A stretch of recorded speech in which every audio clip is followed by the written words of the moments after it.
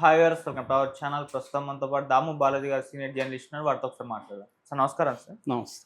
Sir Naga Chaitanya గారు and Sai Pallavi గారు వీళ్ళు కాంబినేషన్‌లో వచ్చిన 'తండేల్' మూవీ మరి ఇవాళ ఆడియన్స్ ముందుకొచ్చింది. ముందే సాంగ్స్‌తో, ట్రైలర్‌తో ఒక మంచి బజ్ అయితే ఈ సినిమా మీద క్రియేట్ అయింది. మరి ఎక్స్‌పెక్టేషన్స్ రీచ్ అయిందా? మీ రివ్యూ ఏంటి సార్ ఈ సినిమా పైన? తండేల్ నువ్వన్నట్టు ఎక్స్‌పెక్టేషన్ వచ్చింది. దాదాపు 1700 థియేటర్‌లో రిలీజ్ అయింది. 37,00,00,000 ప్రీ థియేటర్ బిజినెస్ కూడా అయింది. సో అయితే ఇది రియల్ స్టోరీని బేస్ చేసుకున్న సినిమా. మన శ్రీకాకుళం దగ్గర మచ్చవాసం అనే ఒక విలేజ్ ఉంది. ఆ విలేజ్‌లో 2018 నవంబర్ 17వ తేదీ అనుకుంటా. ఆ రోజు వీళ్ళు గుజరాత్, ఎందుకంటే ఇక్కడ జెట్టీలు లేవని చెప్పి గుజరాత్ వరకు వెళ్ళి అక్కడ చేపలు పట్టడం అనేది చేస్తుంటారు. అక్కడికి వెళ్ళినప్పుడు అక్కడ వీళ్ళకి చేపలు పట్టేసి షిప్ అంతా నింపుకొని, బోట్ అంతా నింపుకొని ఇంక తెరుగు ముఖం పట్టాలనుకున్నప్పుడు అక్కడ మంచు అది ఉండడం వల్ల వీళ్ళకి అర్థం కాక కొంత పాకిస్తానీ వాటర్స్, మామూలుగా ఏంటంటే సావరెన్ వాటర్స్ అంటారు. ప్రతి దేశానికి కూడా హద్దులు, సముద్రంలో కూడా హద్దులు ఉంటాయి. వాటిని క్రాస్ చేస్తే పట్టుకుంటారు. మామూలుగా మనోళ్ళు శ్రీలంక, బంగ్లాదేశ్, పాకిస్తాన్లో చాలామంది జాలర్లు వెళ్ళిపోయి దొరికిపోతుంటారు. ఆ జైళ్ళల్లో ఉంటారు. మళ్ళీ మన గవర్నమెంట్ డీల్ చేసి తీసుకొస్తుంటుంది. ఇలాగా వీళ్ళు కూడా ఈ మచ్చవాసం గ్రామస్తులు అప్పుడు వెళ్ళి అలా పాకిస్తాన్ కోస్ట్ గార్డ్ వాళ్ళు చూసి వాళ్ళు పట్టుకున్నారు. తీసుకెళ్ళి జైల్లో పెట్టేశారు. దాని తర్వాత వాళ్ళని విడిపించడంలో ఇటు మన ఇండియన్ ఎంబసీ కానీ అప్పుడు జగన్ పాదయాత్ర అప్పుడే హామీ ఇచ్చాడు. దాని తర్వాత వచ్చిన తర్వాత జగన్ కూడా డీల్ చేసి వాళ్ళని తీసుకురావడానికి కృషి చేశారు. తీసుకొచ్చారు. వచ్చిన వాళ్ళకి కూడా జగన్ 5 లక్షలు ఎంతో ఇచ్చారు. సో దీన్ని బేస్ చేసుకొని శ్రీకాకుళానికి సంబంధించిన ఒక రైటర్ కార్తిక్ అనే ఒక అబ్బాయి కథ రాసుకున్నాడు. ఆ కథని చందు మొండేటి, ఆయన మనకు తెలుసు, కార్తికేయ 1, కార్తికేయ 2, ప్రేమం ఇలాంటి సినిమాలు తీశాడు. సో ఆయన దీన్ని సినిమాగా చేశారు. దాంతో వీళ్ళు ఈవెన్ సాయి పల్లవి కానీ, నాగ చైతన్య వీళ్ళందరూ కూడా విలేజ్కి వెళ్ళారు. ముఖ్యంగా నాగ చైతన్య అక్కడ స్పెండ్ చేశాడు ఆ విలేజ్లో, మచ్చవాసం గ్రామంలో. ఆ బాడీ లాంగ్వేజెస్, వాళ్ళ లైఫ్ స్టైలు, వాళ్ళు సముద్రంలో ఎలా చేపలు పడతాయి, ఇవన్నీ స్టడీ చేసి వీలైనంత రియలిస్టిక్గా తీద్దామని ట్రై చేశారు.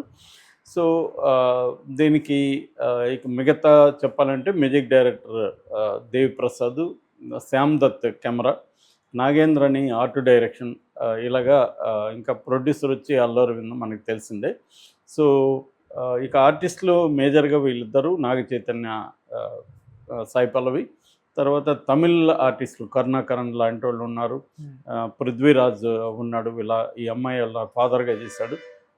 తర్వాత బెలవాడి అని, ప్రకాష్ బెలవాడి అంటారు, కన్నడలో చాలా మంచి ఆర్టిస్టు. ఆయన పాకిస్తాన్ జైలర్గా చేశాడు. సో ఇక కథ బేసిక్గా నేను ఇందాక చెప్పిన రైల్ స్టోరీని బేస్ చేసుకొని కాబట్టి ఇక్కడ కూడా రాజు అనే ఒక మత్స్యకారుడు ఉంటాడు శ్రీకాకుళంలో. ఈ అబ్బాయి అప్పుడప్పుడు సముద్రంలోకి వెళ్ళిపోయి 30 రోజులు అలా రారు. అతనికి ఒక లవ్ స్టోరీ ఉంటుంది. సో సత్య అనే అమ్మాయితో. సో ఈ అమ్మాయి టెన్షన్ పడుతుంటుంది. తను వెళ్ళి సముద్రంలో, ఎందుకంటే వీళ్ళు ఒక్కొక్కసారి ప్రమాదాలు అవన్నీ జరిగే అవకాశం ఉంది. తుఫాన్లు రావచ్చు, రకరకాల ప్రమాదాలు ఉండొచ్చు. కాబట్టి తిరిగి వస్తాడా రాడా అని ఒక టెన్షన్ అయితే ఉంటుంది. సో తను వెళ్ళడం, తిరిగి రావడం ఇలా చేస్తుంటాడు. దాని తర్వాత గుజరాత్ వెళ్తారు. గుజరాత్లో ఉండి 9 మంత్స్కి ఒకసారి ఇక్కడికి వచ్చి ఒక చేప ఆకారం ఉన్న జెండాని అక్కడ దాని ఏమంటారు, ఒక లైట్ హౌస్ అంటారు, దానికి కడతారనమాట.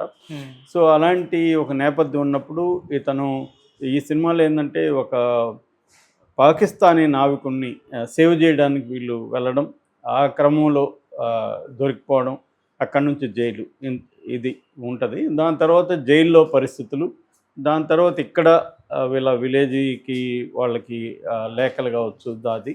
తర్వాత సాయి పల్లవి ఒక సెంట్రల్ మినిస్టర్, సుశీల అనుకుంటాం పేరు, ఆ సెంట్రల్ మినిస్టర్ కాపాడడానికి ట్రై చేస్తుంటుంది. సాయి పల్లవి ఢిల్లీ వెళ్ళి వాళ్ళ కూతురుతో ఇది చేసి ఎలా దాన్ని స్పీడప్ చేసి తను తీసుకొచ్చింది అనేది బేసిక్గా స్టోరీ.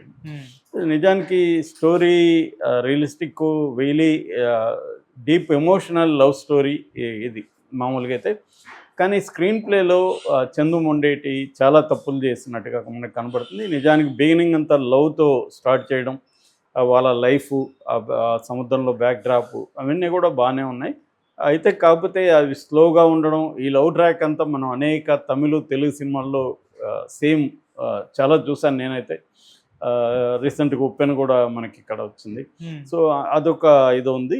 అయితే మంచి పాటలతో దేవిప్రసాద్ అక్కడక్కడ నిలబెట్టగలిగాడు దీన్ని. 'హైలస్ హైలస్' గానీ, 'శివ శివ' గానీ, లేకపోతే 'బుజ్జి తల్లి' గానీ, ఇవన్నీ కూడా ఈవెన్ ఆల్రెడీ హిట్ అయినాయి.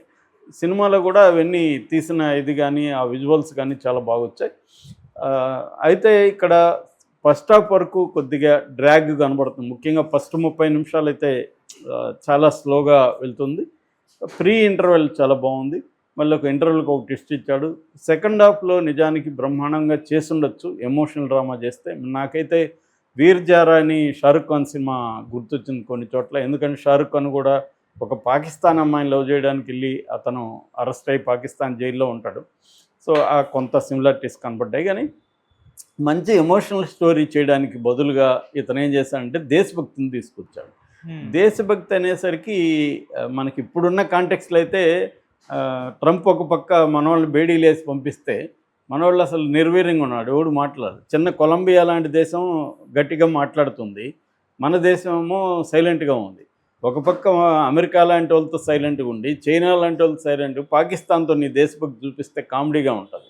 ఎందుకంటే నీకు చిన్న దేశం కాబట్టి. ఆ డైలాగ్ కూడా నాకైతే నవ్వొచ్చింది ఆ డైలాగ్. మా ఊరకొక్కలన్నీ ఉత్తరం వైపు తిరిగి పోస్తే మీ ఉండదు.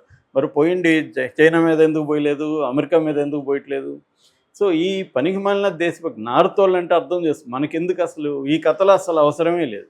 ఎమోషనల్‌గా గాని తీసుకెళ్ళి ఉంటే దీన్ని, అంటే ఇప్పుడు మనకి 'రోజా' ఉంది. 'రోజాలో' ఒక టెర్రరిస్టులు అతను తీసుకెళ్ళినప్పుడు వైఫ్ ఎలా స్ట్రగుల్ చేసింది. ఇది బేసిక్ పాయింట్.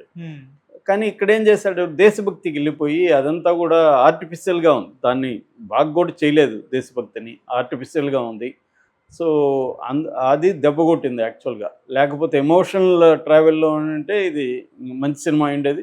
మనోళ్ళకి మరి ఎందుకు దేశభక్తి చెప్పాలనిపించిందో అర్థం కాదు. ప్రతి ఒక్కరికి ఏంటంటే ఏదో ఒక మెసేజ్ ఏదో ఒకటి చెప్పాలని ఉంటుంది. ఇది కథ ఇన్హెరెంట్‌గా ఏముంది కథ, దీన్ని ఎలా తీసుకెళ్లాలనేది వదిలేసి దేశభక్తికి వెళ్ళడం అనేది మేజర్ మిస్టేక్ ఇది.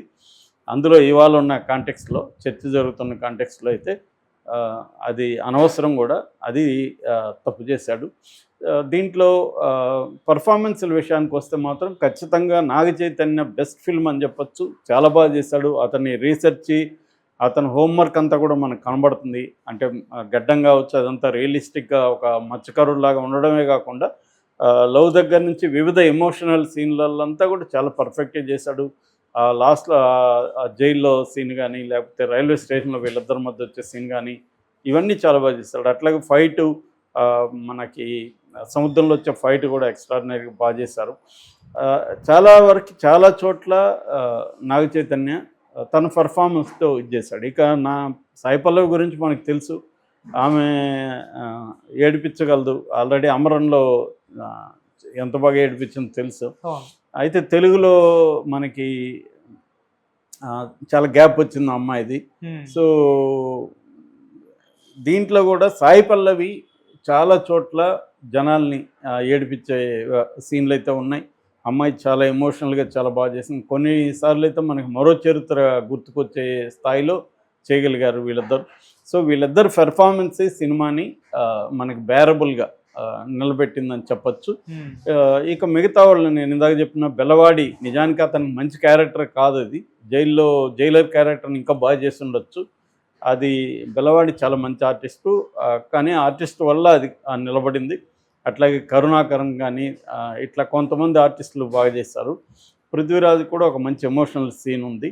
సో, ఇలాగ ఆర్టిస్టులంతా బాగా చేశారు. ఇక టెక్నికల్ విషయానికి వస్తే ఫస్ట్ చెప్పుకోవాల్సిన దేవిప్రసాద్ని. అతను ఎంత బాగా చేశాడంటే మ్యూజిక్ అంత బాగా చేశాడు. చాలా చోట్ల ఎలివేట్ చేయడం, అవన్నీ మనకి ఈ పాటల్ని బ్యాక్గ్రౌండ్లో వాడుకోవడం, అవన్నీ కూడా చాలా బాగా చేశాడు. అక్కడక్కడ లౌడ్ అయితే నాకు అనిపించింది. బట్ ఓవరాల్గా పాటలు, బ్యాక్గ్రౌండ్ ఈ రెండు కూడా చాలా స్ట్రాంగ్ అని చెప్పచ్చు. వీళ్ళిద్దరి తర్వాత ఈ సినిమా నిలబెట్టడంలో దేవిప్రసాద్ది చాలా బాగుంది. నెక్స్ట్ కెమెరా వర్క్ కూడా చాలా, సముద్రం మీద ఫైట్స్ కానీ అవన్నీ చాలా బాగా చేశాడు. ఆయన సీనియర్ కెమెరామ్యాన్, చాలా బాగా చేశాడు.